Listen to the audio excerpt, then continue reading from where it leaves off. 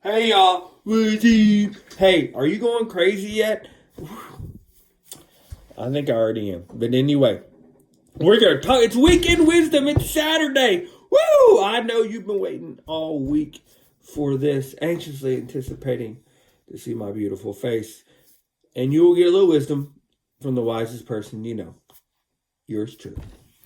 Okay. Well, last week we talked about growing together. It's one of the pillars of what our youth ministry is about this year, or not this year and every year.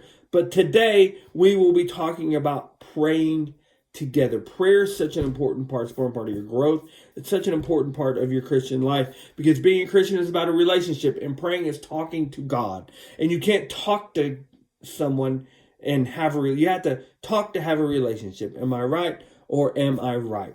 So let's dive into Second Chronicles real quick. It says, "Then if my people who are called by my name will humble themselves and pray and seek my face, turn from their wicked ways, I will hear from heaven and will forgive their sins and restore their land. My eyes will be open and my ears will be attentive to every prayer made in this place."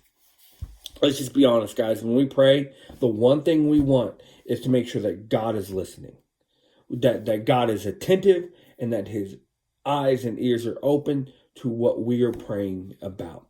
Let's just keep it real. But you know what? Prayer's not about you. We think it is sometimes because as we present what we want or what we feel like we need to God, we feel like it's kind of like our way of saying, God, this is what we need, or this is what we want. So if you can go ahead and do it, that'd be great. But you know what? Prayer is not about you. And Second Chronicles says, if you humble yourself, what does it mean to be humbled? Right? It means it's not about you, right? This is what humble says. Mr. Webster says humble says it's showing a modest or low estimates of one importance. When we pray, we are not the most important person in the room. You will never be the most important person in the room because God will always be the most important person in the room. So when we pray, we need to take a step back and say, God, I'm not worthy, but this is my heart. Prayer is about your heart. When you pray, do it from your heart. Humble yourself. Say, God, I'm not worthy to be in front of you. But man, this is what my heart says. If you don't want your prayers to be empty, humble yourself. Seek his face. Seek God and turn from your wicked ways. Sometimes before we go in front of the throne of God, we have to say, God, I've got some things I need to confess. Sometimes we need to do that. Listen, pray. You want to better yourself in this quarantine? You want to be different than when this quarantine is over? Pray humbly to God. Seek his face. And maybe we need to do some confessing and God needs to do some forgiving before we really go to him. Here's what I want to challenge you to do. I want to challenge you to go. And I want to challenge you to pray every day for 5 minutes.